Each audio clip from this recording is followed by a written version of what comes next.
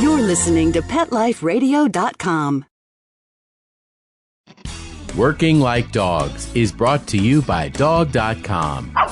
For everything and anything dog, shop Dog.com today for all the top brands. Greenies, Frontline, Kong, Nylabone, Royal Canin, and more. Shop at Dog.com and use the promo code SADWORK, SADWORK, and get $15 off your order of $75 or more.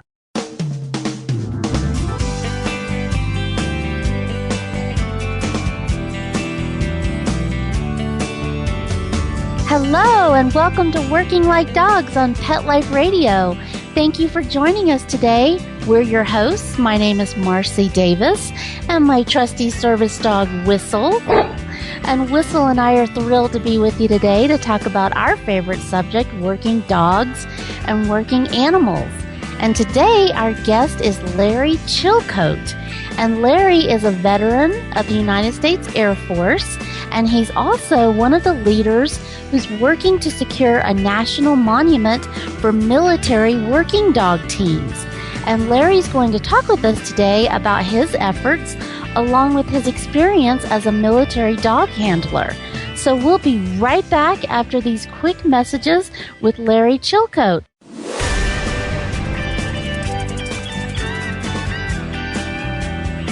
We'll be right back, right after these messages. Stay tuned.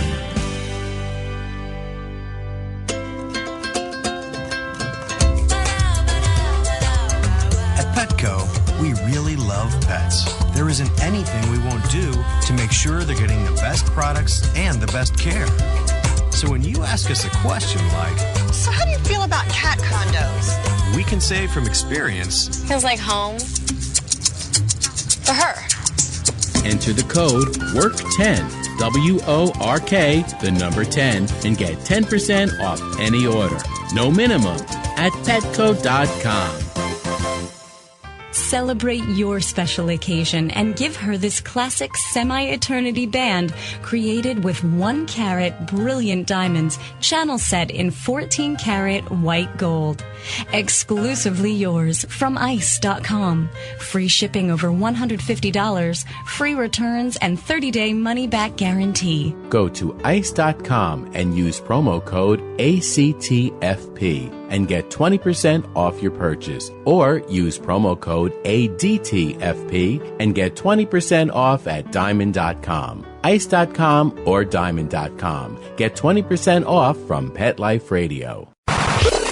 How would you like your business to reach out and invite in our audience? We have a brand new trademark concept called Info Seeds. Info Seeds are short 20-second seeds of information about your place of business, practice, or service. We only have a limited number of slots left. For more information, visit PetLifeRadio.com. Click on sponsorship information. There you can listen to a sample of Info Seed or email us at PetLifeRadio.com. Remember, only a limited number of opportunities are available.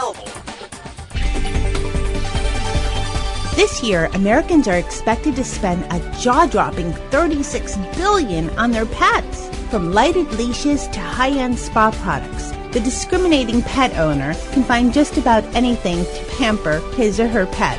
Hi, this is Michelle Fern. Join me every week for Best Bets for Pets, where we'll talk about the latest pet products and talk to the companies that make them. Best Bets for Pets, every week, only on PetLifeRadio.com.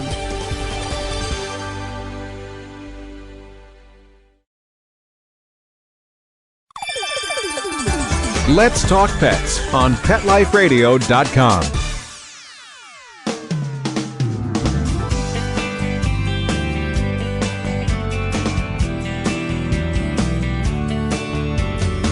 Welcome back to Working Like Dogs on Pet Life Radio. We're so happy to have Larry Chilcote with us today. Hello, Larry, and welcome to Working Like Dogs. Hello, Marcy. I'm glad to be with you this morning. Well, we're so thrilled you could be with us, and we want to hear all about this exciting initiative that you're working on the National Monument to Military Working Dog Teams. How did you get involved with that, Larry? Well, I'm a member of the Vietnam Dog Handlers Association. It's a unique veterans organization just for handlers that served in the Vietnam War. In 2001, the idea was presented to pursue a national monument to honor all the working dogs, past, present, and future. And John Burnham, who was the founder of the project, he lives in Bethesda, Maryland, was assigned the task to find out what all is involved in doing this. Well, the first thing the team had to learn was the difference between a memorial and a monument. Well, a memorial is like a tombstone. This recognizes people, or dogs in this case, who have already passed on.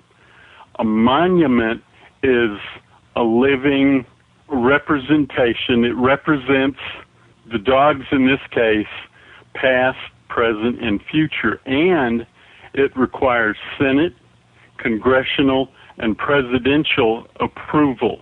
Over the course of 9 years now, the team has gone through many renditions, and it took 5 years to find a congressional sponsor to author the legislation for us. That would be Congressman Walter B. Jones of North Carolina.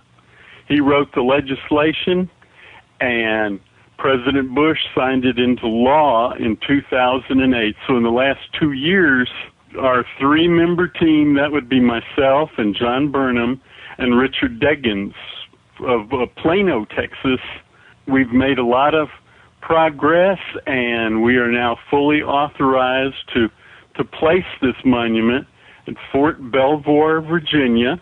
And the legislation also stated that it must be approved, the design must be approved by the Department of Defense and the Office of the Secretary of Defense. And we're proud to say we have those approvals, and we have pictures of the design concept and a miniature bronze statue on our website, along with all the information that anyone would need to help us to continue our pursuit.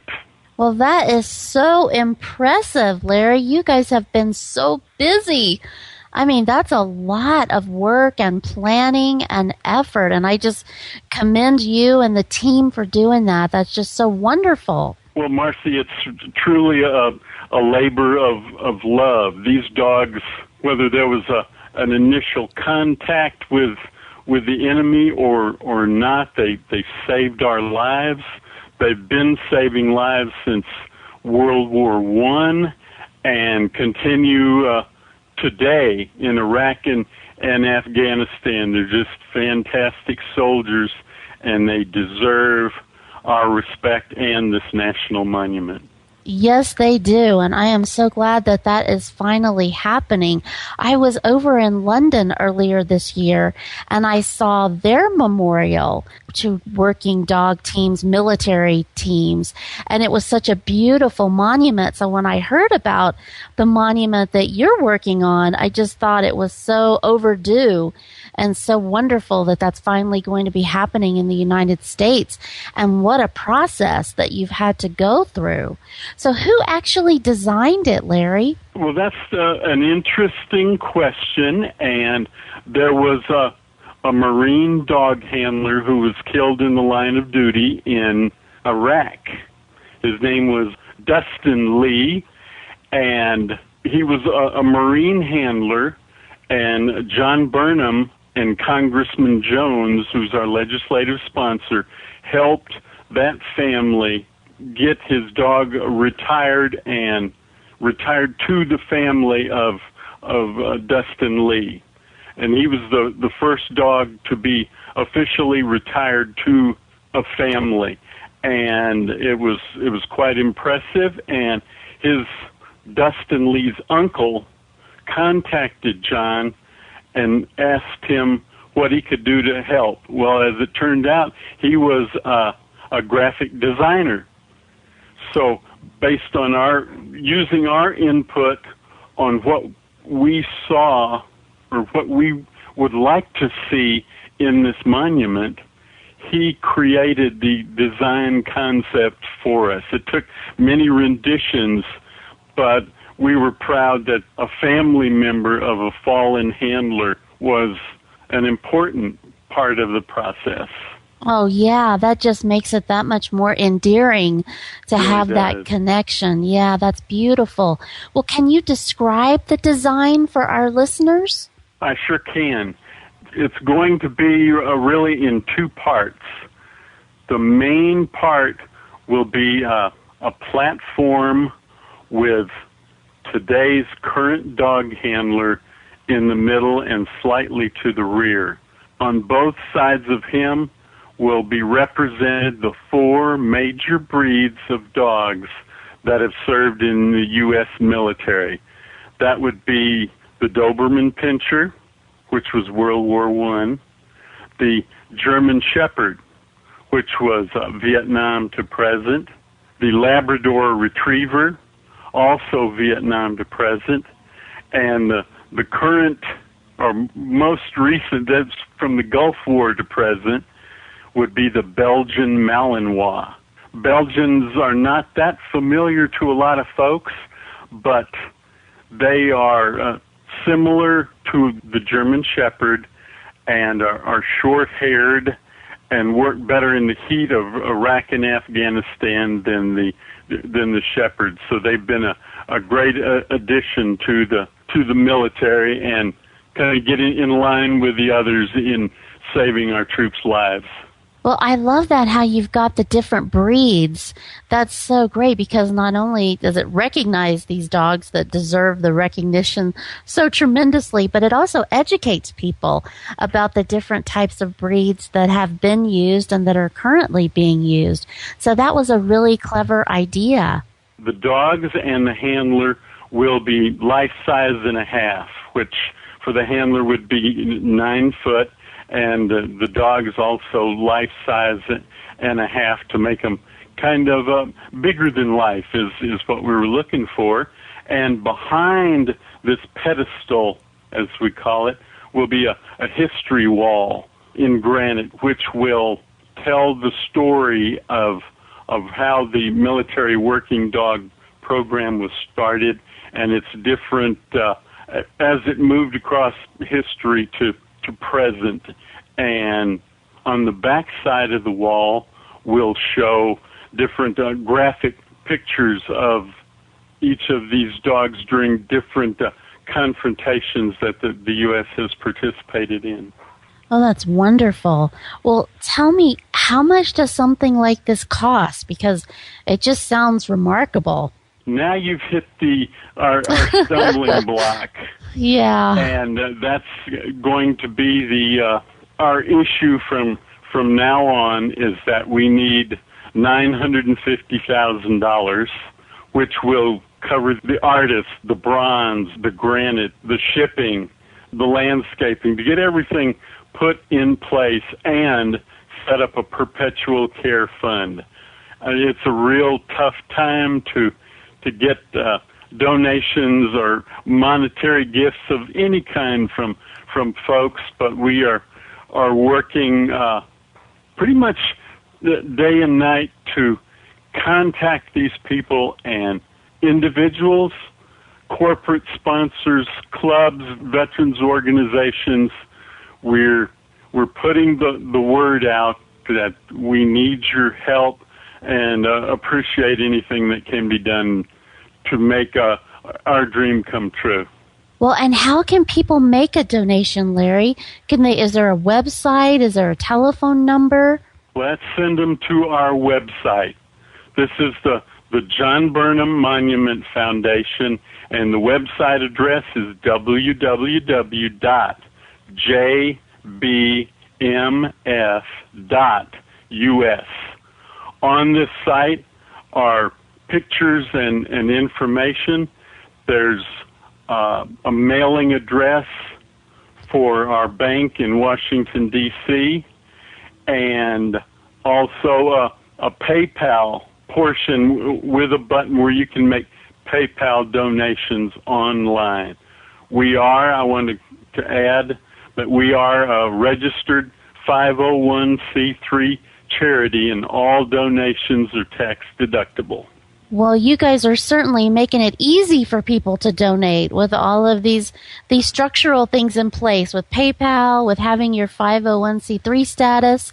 So that's great. How are the donations going? Very slowly. Like I said, we're working to get the word out, and need help from anyone who's interested to spread the word for us. We've made the website address hopefully easy to remember, and there are T-shirts and caps with our logo on them for sale. There are going to be, currently are, within the last few weeks we have put resin and bronze miniature statues on sale on the website, and for significant donors there will be bronze statues awarded. So we've put some incentives out there. We have some gifts and Christmas, birthday, veterans retirement gifts, kind of a multi-occasion gift that will help to generate funds that will help us get to where we need to be, Marcy. Well, that's great. Those are all great ideas and really smart, because you're right, with the economic difficulty that so many people are experiencing, it's a hard time to be fundraising. But if you provide these incentives and really continue diligently, then I just know you guys are going to make your goal, and before we know it, you'll have the monument erected, which will be such an exciting day. Yes, it will. We're certainly looking forward to it. It will be organizations and programs like yours that are helping us to spread the word. We have a tentative dedication date of Veterans Day 2012, and hopefully we will be able to keep that based on the generosity of the American people. Well, I hope so. Well, we are going to have to take a quick break, but we're going to come right back and continue talking with Larry Chilcote, because we want to hear more about your experience as a dog handler. And I have a few more questions I want to ask you about this national monument. So please come right back after these quick messages.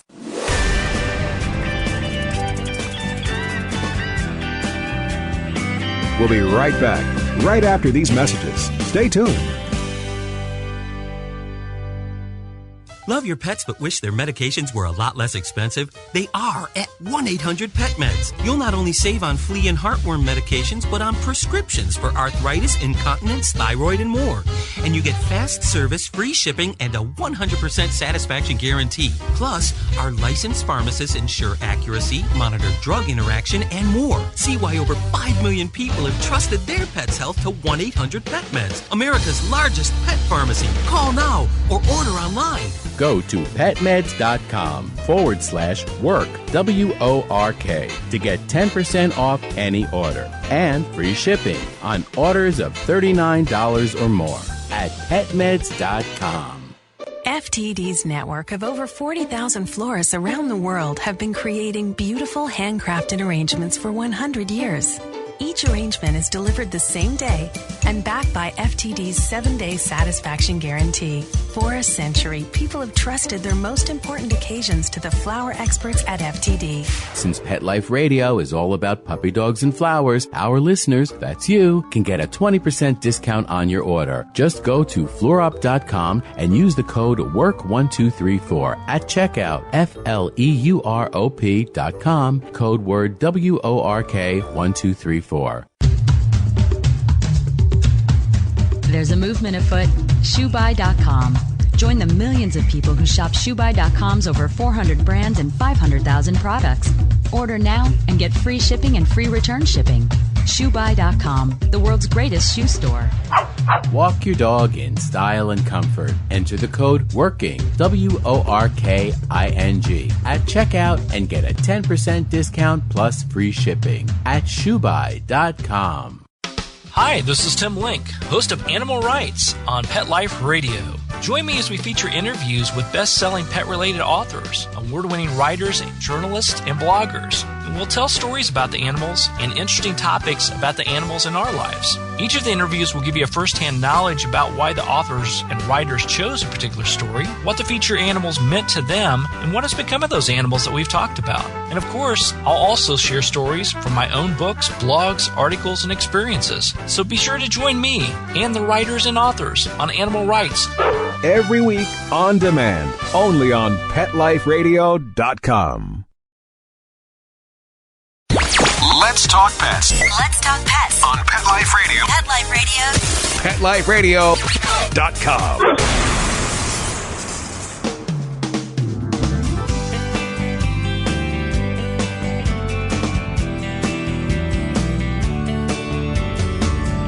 Welcome back to Working Like Dogs on Pet Life Radio. And we're visiting today with Larry Chilcote, and he's telling us all the exciting plans for the National Monument for Military Working Dog Teams. And so, Larry, you've been talking about all the exciting things and all the hard work that you guys have done. And one thing I saw on your website that I was hoping you could tell us more about is the Traveling War Dog display. What is that?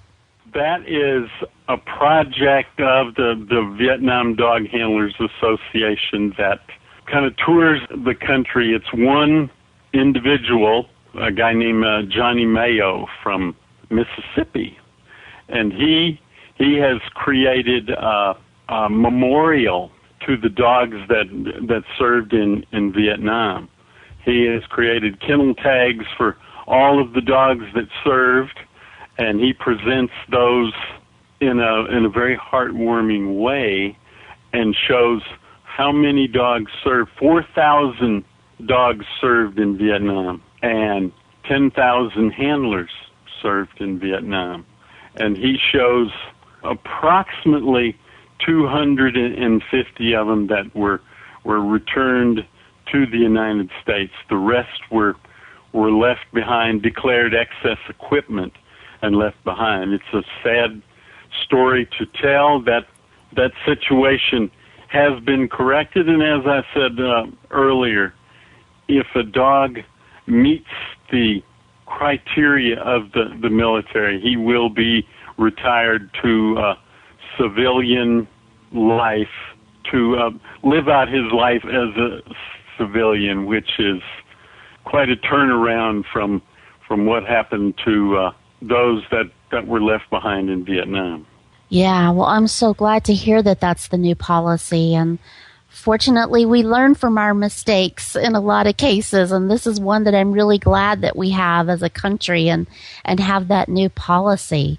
So is there a schedule for that Traveling War Dog display? Where is it? I'm not aware of a schedule. I don't even have his website at hand, Marcy, but I will make that information available on our website as soon as I can locate Johnny and get the full story.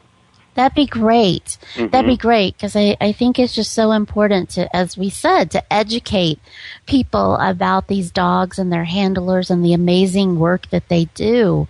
So tell us, Larry, how did you become a dog handler in Vietnam? Kind of an interesting story, Marcy. I enlisted in the Air Force in 1967 and was assigned out of basic training to a base in Georgia, where I was as a military policeman.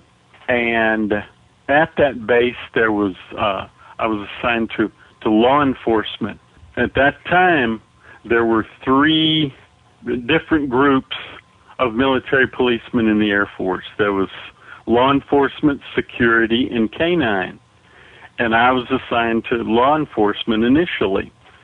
After about a year of working base patrols and entry gates, there was a communication that came to the base requesting 2 volunteers from the military police squadron there to go to Sentry Dog School at Lackland in San Antonio. Well, I was in a wartime experience. I was thought I was doing pretty good in the law enforcement field. So based on what I was doing at the time, I wasn't really interested in going to dog school. However, when the 30-day time limit for volunteers passed and they didn't have any, the two youngest airmen in the squadron were volunteered to go to dog school. That would be me and another airman. So off to dog school I went, and it turned out to be an experience that not only saved my life but changed my life. I'm now in a position to do something to what we feel will make a difference in the world, to have something to honor these dogs for all time and make a statement that they are an important part of the U.S. military. Absolutely. Well, tell us about your dog. So did you just have one dog while you were in Vietnam? Yes. When dogs were sent to Vietnam, they spent the rest of their working lives there. They did not rotate back to the United States. The handlers rotated in and out. I came in and was assigned an 85-pound German Shepherd named Geisha, and she and I bonded right away. You're assigned, you go in and get to know your dog, you take them out and work them. You go to work that night with your dog. We worked in the hours of darkness from dusk until dawn, and every night. That would be 7 days a week, 365 days a year. And she was a great partner. I've always felt blessed that Uncle Sam gave me a dog to go to war with, because I didn't have to go it alone. She was there with me, gave me the confidence to know I was well protected, and we worked together for a year, but she's lived in my heart for the next 41 years. Oh, so she stayed behind. When you left after a year, was she assigned to someone else at that time? That's correct. There's only a few days in between handlers, and when I went home, in less than a week, she was assigned to the next handler, and that's the way the systems worked at every base, not only overseas, but stateside also. Well, she sounds like an amazing, amazing dog, and I can't imagine how much she must have meant to you during that extremely stressful and difficult time. You were very fortunate to have her with you every day. That's wonderful. It was really hard to leave that part of your life behind because of the many hours and the many experiences that we had together. You grow pretty close to these dogs, and I guess even though it's hard and time heals that somewhat, the memories don't go away, and that's why the position I'm in is so exciting, that I have a chance to do something that will benefit a lot of handlers who don't have this opportunity, but will put something out there for the nation to know what role these dogs play and how long they have sacrificed for our country and how many lives they've saved. Oh, yeah. I mean, it's just such an awesome way to honor them that will be forever, which is what they so deserve. And I love how you described the definition and the difference between a national monument and a memorial. And that's so awesome that it will be a national monument, which will honor the dogs who are working now and the dogs who came before them and paved the way for the dogs and the working teams right now. How many military dogs are in service now, Larry? Do you know? I don't know around the country. Part of our approval process this year was to take that design concept to the Pentagon. We have made presentations for the Department of Defense 3 times this year at the Pentagon in Washington, D.C., which was kind of an awesome experience to get inside that building and meet these people, let them see what we're doing. We made PowerPoint presentations and took our artists with a clay model of the pedestal with dogs and handler, and let those officers and former handlers come up and look at it and give us some feedback and input into what the finished design should look like. In addition to the Pentagon, we went to the training base for these dogs, which is Lackland Air Force Base in San Antonio, Texas. And all of the dogs for all branches of the military are trained there. The Homeland Security and Transportation Security are also trained there. When we were there in May, 600 dogs were currently in training at that time, and that's all they can do, and then some, as far as turning these dogs out ready to go to work. So they are also using contract working dogs, they call them CWDs, that are trained by civilian trainers to work with our military. That's how important they feel these dogs are. They want to get as many of them out there on the front lines as possible. Well, it does. It seems like there's such a need for them now with Homeland Security and all the needs that we as a society have that dogs can fulfill. So that is so awesome to hear that there's an Air Force base just dedicated to turning out these working dogs and to working with other private contractors. That's interesting about the contractors. I hadn't thought about that piece of it. That's something that was just brought to our attention. I'm not sure how many in the civilian world out there are aware of the amount of the need that is being addressed by the military and these civilian workers. But I want to add that the civilian dog trainers, their training is being watched by the military, and they must meet the military's requirements before they are accepted to work with our troops. Well, that's wonderful.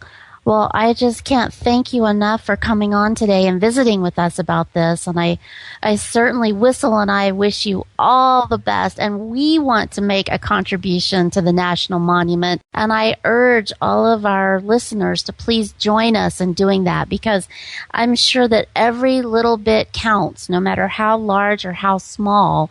It goes toward a wonderful cause that finally gives the recognition that these military working dog teams so richly, richly deserve. So tell us, Larry, one more time, what is that website of how people can make a donation and get more information? I'd be glad to.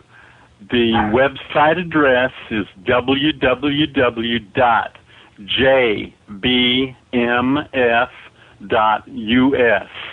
On this site, we'll give you all the information, whether you want to mail it USPS straight to our bank in Washington, D.C., and there is information and means to make a PayPal donation. The troops who are being protected and the dogs out there doing the job for us will appreciate anything you can do for us. Well, that is great. And also we want to check out those incentives that you mentioned on the website, because it sounds like there's some great gifts there and things that people would want to have for themselves as a gift for themselves. So I really hope that our listeners will get on that website and see all the wonderful work that you're doing and feel compelled to contribute and be a part of it, because it is such a wonderful cause. And I thank you for the work that you've done, not only representing this wonderful group of folks that are doing this national monument, but also as a veteran, and for the selflessness that you gave to our country for our safety. So we just really thank you and Geisha for that. And what a wonderful way for you to honor her memory. That's so great, Larry. So thank you so much. And we hope you'll come back and tell us how you're progressing. And you'll also come back when we're celebrating the ribbon cutting ceremony, which we hope will be Veterans Day 2012. So thank you so much, Larry. Thank you, Marcy. We are proud to be a part of this program, and everybody come see us. We are looking forward to hearing from you. Well, thank you so much, and thank you to you, our listeners, for being with us today, and thank you for your emails and comments that you've been sending in. Whistle and I love to get those, so please keep them coming, and you can email us at Marcie, MARCIE, at PetLifeRadio.com. So thanks for being with us, and we look forward to being with you again soon.